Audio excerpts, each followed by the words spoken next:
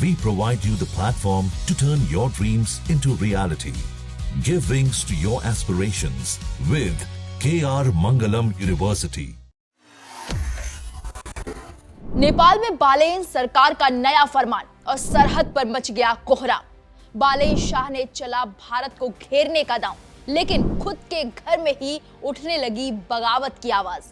क्या बालेन की सख्ती पड़ गई है नेपाल की अर्थव्यवस्था पर भारी? नमस्कार, आप देख रहे हैं जागरण न्यूज और मैं हूं आपके साथ दीपिका पांडे।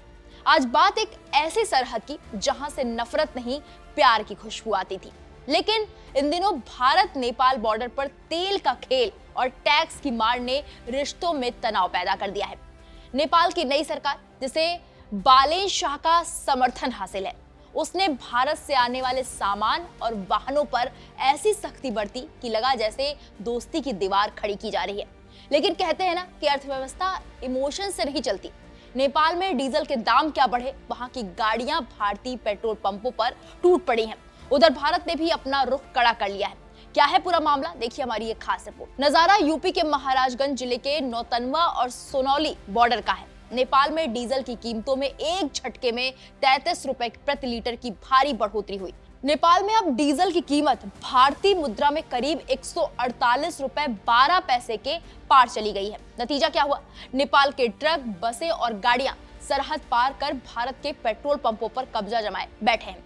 आलम यह है कि भारतीय नागरिकों को अपनी ही जमीन पर तेल नहीं मिल रहा। उसके बाद एसडीएम नौतनवा नवीन प्रसाद ने वो आदेश जारी किया जिसने हड़कंप मचा दिया। नया नियम यह है कि नेपाली दोपहिया को सिर्फ 3 लीटर, कारों को 10 लीटर और ट्रकों को महज 20 लीटर तेल ही मिलेगा।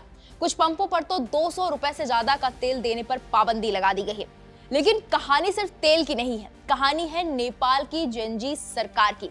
काठमांडू के मेयर बालेन शाह के बढ़ते प्रभाव वाली सरकार ने राष्ट्रवाद के नाम पर भारत से आने वाले वाहनों पर भंसार यानी कि कस्टम ड्यूटी का शिकंजा कस दिया है। सख्ती का सच अब ये है, अब 100 रुपए से ज्यादा का सामान भारत से ले जाने पर टैक्स देना होगा।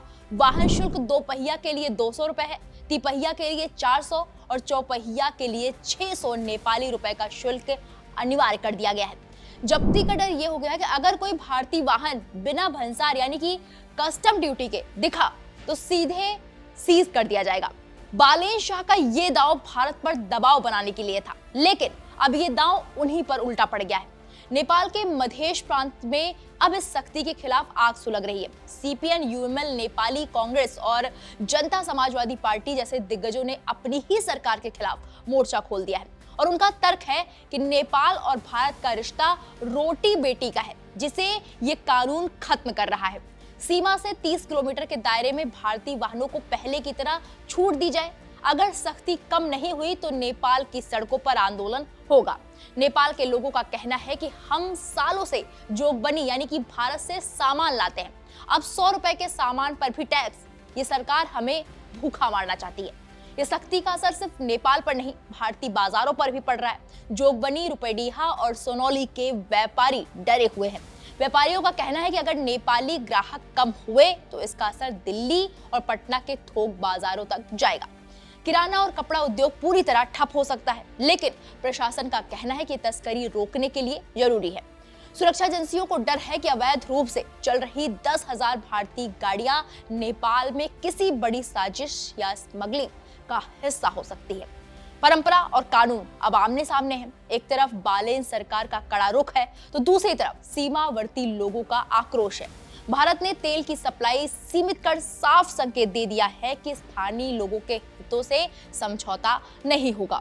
तो क्या बालेन शाह की ये सख्ती वाली नीति नेपाल की अर्थव्यवस्था को ले डूबेगी या फिर भारत नेपाल के सदियों पुराने रिश्तों में ये एक नया बैरियर बन जाएगा? फिलहाल सरहद पर सन्नाटा नहीं बल्कि सस्पेंस और लंबी कतारें हैं। खबरों का सिलसिला जारी रहेगा। आप लगातार देखते रहिए जागरण न्यूज। नमस्कार।